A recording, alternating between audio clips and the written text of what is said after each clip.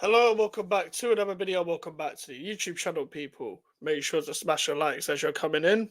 And also, make sure to subscribe if you are new, trying to hit 1K as soon as possible. Yeah, I'm talking about this because I want to. The tide always turns after one result, and this was happening last year as well, people. And that's why I've titled it Calm Down, West Ham haven't turned the corner. Now, it's very cool that West Ham have won a game against Manchester United, of course. Of course it is. But we cannot ignore the red flags that were happening in the game. And for the long term in general, just within the future, that it's going to keep on happening. And the reason why I'm doing this is because I'm not trying to be negative for the sake of it. If I wanted views, I would just, prop up our team and just make very exaggerated views on our club in general. The reason why I'm making this is because I know a lot of people want to get on the train of this manager's making it work just so they've got something to prove. Here's the problem with what people are doing now. Because as I've said before, it's the previous manager versus the current manager is what people are trying to make it out to be. I don't think like that because I'm a normal human. But because people want to just be right, people just want to be right instead of looking at it for what it is. Now, if I wanted to just be right, I would be doing the same as these people, and I'd be trying to prop up Lopetegui every week and looking at the very small things that I could use for my agenda to say Lopetegui in and all that stuff. And I was willing to get behind the manager pause, like whoever was going to come in pause. Um, but I just say it how I see it. I had hope. Don't get me wrong. I had hope. I had hope at the start of the season, but at the same time, I'm not expecting it. I keep repeating myself when I'm saying this. I never expected anything instantly. I'm just expecting a direction. I don't know what direction this team is trying to go in. I believe in giving people a chance, of course. I say this about the new signings all the time. I'll say this about Somerville, and some people have even gone back on their opinions of Somerville just because of one goal. But my whole point was is that that guy should have started in the first place, and the guy should be given a chance. Now, as much as he's played in the Premier League before, this guy played in the Premier League very briefly as a squad player coming through for the Leeds from the Leeds academy or the Leeds youth team to be in the first team. Because at one point this guy was not in the first team. This guy scored against Liverpool, and then Leeds were changing managers constantly. You never really got to see the true Somerville. And then after the championship season that he had, he's done well. And then we buy him. You still got to give the guy a chance.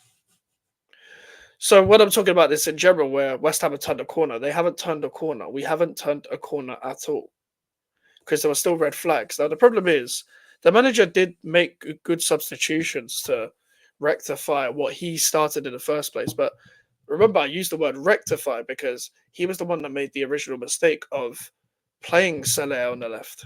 That doesn't give you any width. It doesn't give you any strength in width. When you're putting a midfielder out wide, what are they meant to do?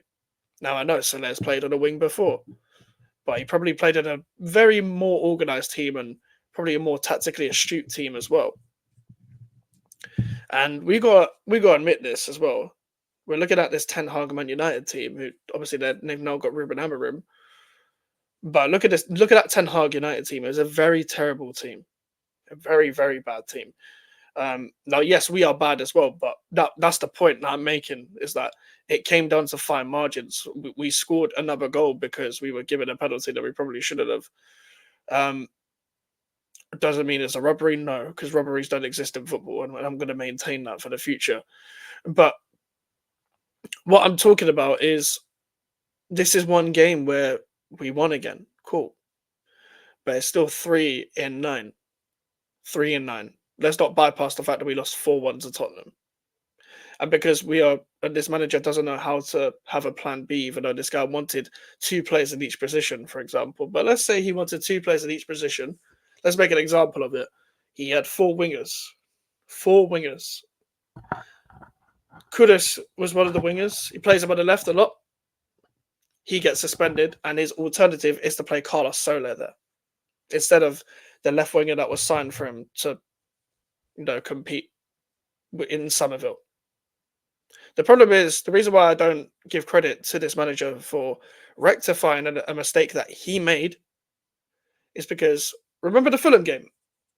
Alvarez, Souček, Rodriguez midfield, long ball football, and Antonio and Souček had a howler. Both playing next to each other. Terrible game. Terrible game plan. Terrible playing them next to each other. He didn't learn from the Palace and Aston Villa game, where he did that exact same thing. Souček played as a second striker next to Antonio, playing long ball football, and it didn't work. He then does it in pretty much this game. You play long ball football to a striker that isn't going to jump up. He's not going to jump up. Antonio's heading is not. It's not there. He doesn't jump up. But my point is, he took off Antonio and Souček off at half-time in that Fulham game.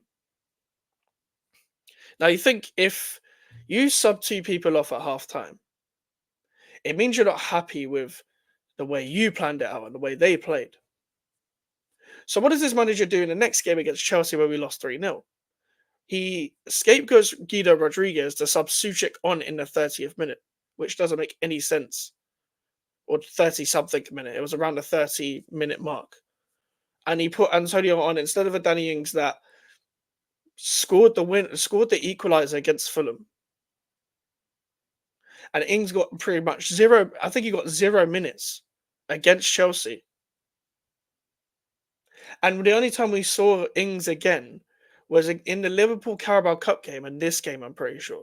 And very briefly against Brentford. The guy hasn't learned a thing. I don't know what this team is. If there were positives to come from this game, yeah, it would be because West Ham are starting looking like they have an identity. We are football freestyling at its finest.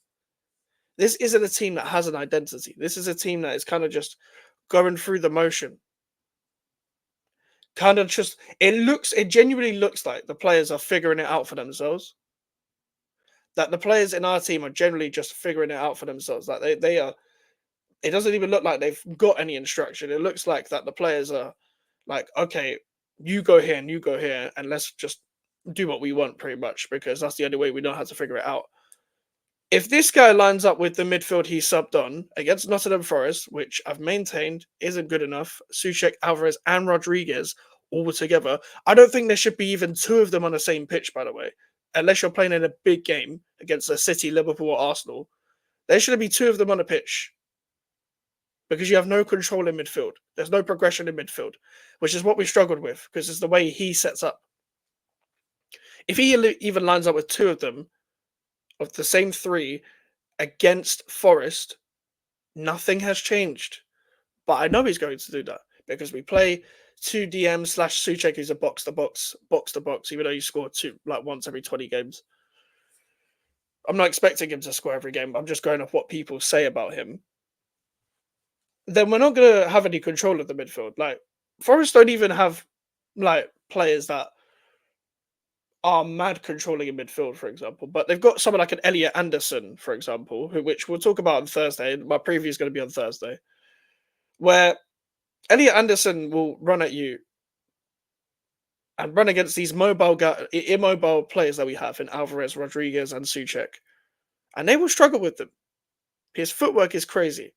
Dominguez and Ryan Yates. Ryan Yates is not all that, but he knows when to boss a midfield because he has the physicality and he wins the ball, and he's a bit of a passion merchant, but it kind of works for what they're trying to do. And then got Dominguez, who's a decent in distributing the ball from the deep midfield slots to the advanced midfield slots. We haven't turned the corner. We're going to struggle with the same things pretty much. We're not going to test these people on goal. The problem is we don't test the keeper, guys. Before we score the goal, we don't test the keeper to actually create enough chances for ourselves to really think that we've dominated a game. We're not going to dominate teams because the manager doesn't even want to set up that way. Why are we sitting back but the line is high up? This is the problem, people. This is the problem. This is why I'm recurring the same problems over and over again, because I watch football with my eyes, not of hopium and copium.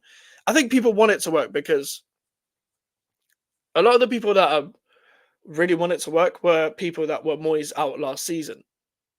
So they kind of want to be like the whole stand on business attitude and just want it to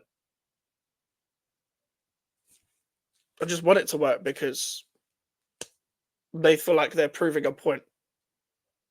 Because if this manager works, it means they could dunk on the people that are always in. You shouldn't be worried about that. That's the problem with the people that live on Twitter. This is the problem.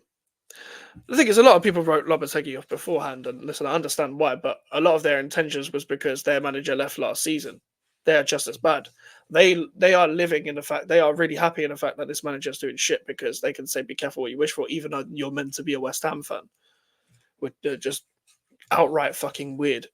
But anyway, this is why that's why West Ham haven't turned a corner. So I'm not trying to hear this turn the corner business. I remember when we beat Bournemouth 4-0 under Moyes. It was away from home. It was that game where we scored like 3 in the first half, and then Fordell scored that scissor kick. And I'm pretty sure we got battered the week before, or we lost a week. I think we got even. I think it was the loss to Brighton or the loss to Newcastle, or we put it this way, we lost beforehand. And then people like have West Ham have turned a corner. We were in a relegation battle at the time. The very next week, we lost to Palace. We lost to Palace like 4-3 or something. And that was the whole turn the corner nonsense that I was hearing. West Ham did not turn a corner. And we haven't turned the corner now. I'm sick of hearing the phrase turn the corner. We haven't turned the corner. Turning the corner would mean that you beat Forest, you beat Everton, and both of the wins are convincing, and you were convincingly the better team. Because even in the Man United game, they should have been 3-0 up. But their players are shit. Their players are genuinely shit. And Fabianski also kept us in it. So it's a bit of both, really.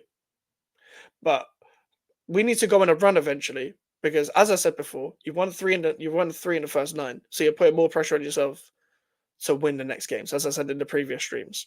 But anyway, moving on. That's why we haven't turned the corner, people. And that's why we've got a lot more to prove if we think about turning the corner. This manager's kept his job for another 2 months now. We've heard nothing to do with new managerial candidates because we won one game. But I'm sure we'll probably lose to Forest. If we get a draw, these fans are gonna celebrate it because we lost there last season and we haven't won there before. But a draw doesn't mean we've won. So going by their logic, it's still not good enough. And it isn't good enough. But anyway, I'm going to be on Lewis's channel, Shameless FC at 10. So come and join us for that as well. Talking about the Ballon d'Or, Newcastle, Chelsea, Amorim as well. Ruben Amorim joining Manchester United as well. So join us for that. It'll be on Lewis's channel at 10 p.m. people. Make sure to leave a like on the video. Make sure to subscribe if you are new. Social medias are in the description if you want to follow me, the email for the inquiries. On a road to 1K subscribers. We're 15 away from 600. So let's try and make that happen as soon as possible, people. I'll see you guys later.